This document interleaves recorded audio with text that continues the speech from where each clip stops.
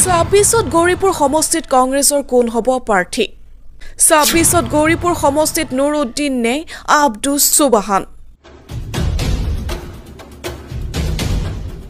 গৌৰৱ গগৈয়ে 2026ত কাক দিব গৌৰীপুৰ সমষ্টি গৌৰীপুৰ সমষ্টিৰ ৰাইজে কাক বিচাৰে কংগ্ৰেছৰ পৰা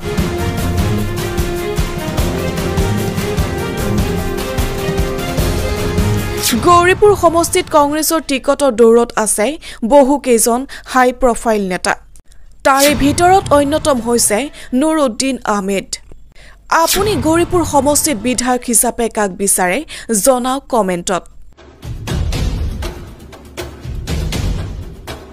ধুবুৰী লোকসভা সমষ্টিৰ সাংসদ ৰকিবুল হুছেইনৰ ঘনিষ্ঠ বিশিষ্ট সমাজসেৱক নুৰুদ্দিন আহমেদ ৰাইজৰ মাজত যথেষ্ট জনপ্ৰিয়তা আছে নুৰুদ্দিন আহমেদৰ গৌৰীপুৰ বিধানসভা সমষ্টিত কংগ্ৰেছৰ ভেটি শক্তিশালী কৰিবলৈ দিনে নিশাই পৰিশ্ৰম কৰি আছে নুৰুদ্দিন আহমেদে ইয়াৰ উপৰিও নুৰুদ্দিন আহমেদৰ পত্নী ভাৰতীয় জাতীয় কংগ্ৰেছ দলৰ প্ৰাক্তন জিলা পৰিষদৰ সদস্য গোলকগঞ্জ সমষ্টিৰ বিধায়ক আব্দুছ সুবহান আলী চৰকাৰ এইবাৰ 7 নং গৌৰীপুৰ বিধানসভা সমষ্টিৰ কংগ্ৰেছৰ টিকট প্ৰত্যাশী একেদৰে নুৰুদ্দিন আহমেদ কংগ্ৰেছৰ টিকট প্ৰত্যাশী হিচাপে গৌৰীপুৰ বিধানসভা সমষ্টিত কংগ্ৰেছৰ ভেটি শক্তিশালী কৰিবলৈ দিনে নিশাই পৰিশ্ৰম কৰি আছে এইবাৰ গৌৰীপুৰ সমষ্টিত AIUDFক পৰাজিত কৰিবলৈ কংগ্ৰেছৰ পৰা ৰাইজে কাক বিচাৰে চাওক 2026 বিধানসভা নিৰ্বাচনত মাজত মাত্ৰ 6 পৰা 7 মাহ সময় বাকি আছে ইয়াৰ মাজতে যিসমূহ প্ৰাৰ্থিত্ব প্ৰত্যাশী আছে তেওঁলোকে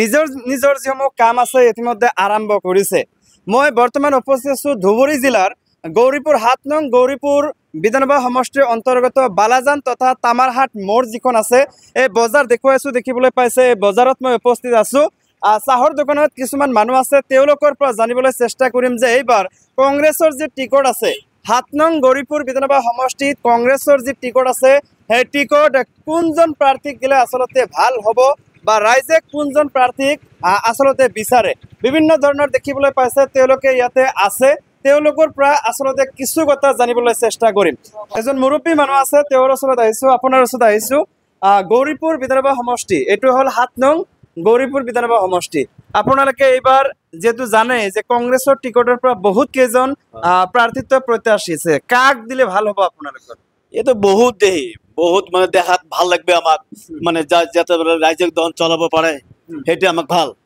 আমরা তো মূর্খ মানুষ আমার টিকিট দাম যাক ভাল দাম তাকে মারা লাগে একটা যে বাসাবাসি লাগাছি দেখা যায় তো আমার নুরুদ্দিন ভাই তো বহুত ভাল দেখা যায় আর কি হ্যাঁ নুরুদ্দিন ভাই আহমেদ ও তো ভাল দেখা যায় খুব ব্যবহার পাতি ভাল দেখতে চেয়েছি আমাদের চার দোকানের মানুষ ভাই গরিব মানুষ কামলা কাটে খায় তো ওটা হলে খুব ভালো হয় আর কি হ্যাঁ নুরুদ্দিন আহমেদ করলে খুব ভালো হয় আমার শুনিছো নুরুদ্দিন আহমেদৰ যেজন ওয়াইফ আছে মানে পত্নী আছে তেওঁৰ কিবা ইয়াতে জনগঠনি আছে নেকি আছে বহুতে আছে ইয়াত কি আছে লাগতে আগতে জিলা পরিষদ আছিল বহুত হ্যাঁ জিলা পরিষদ আছিল কোন দলৰ পৰা কংগ্ৰেছৰ দলৰ শুনা পাছি খুব ভাল ব্যক্তিজন খুব ভাল তাৰ ওয়াইফজন খুব ভাল আছিল ভাল দৰে চলাইছে আর কি খুব মানুষক শান্তি দিছে এরকম শান্তি আমরাও চাইছি যে নুরুদ্দিন ভাই যে টিকিটটা যদি পায় তাহলে আমরাও আছি ওর সাথে আৰু আছে কিছুমান ব্যক্তি তেওঁলোকৰ পৰা জানিম 2026 বিধানসভা নিৰ্বাচনত কংগ্ৰেছৰ টিকট কাক দিলে ভাল হ'ব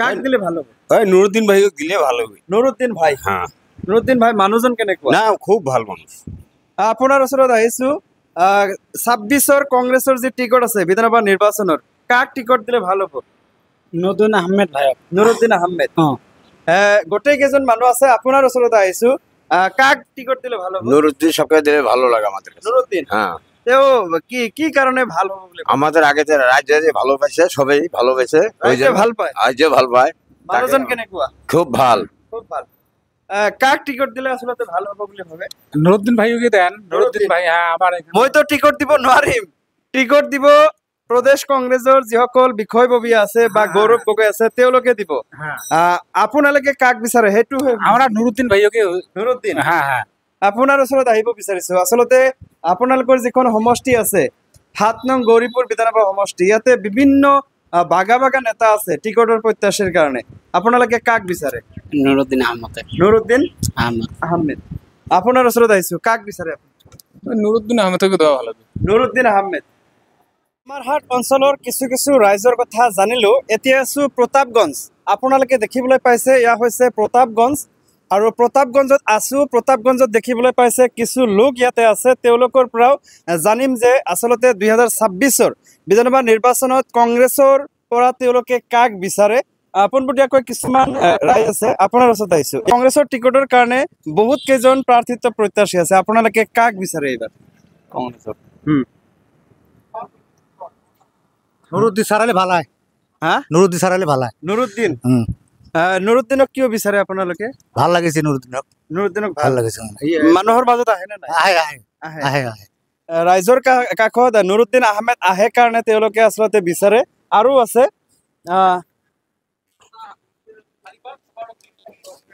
আপোনাৰ ওচৰত আহিছোঁ। আপোনালোকে জানে যে 2026 বিধানসভা নিৰ্বাচন আহি আছে, তাৰ পৰা আপোনালোকে কাক বিচাৰে?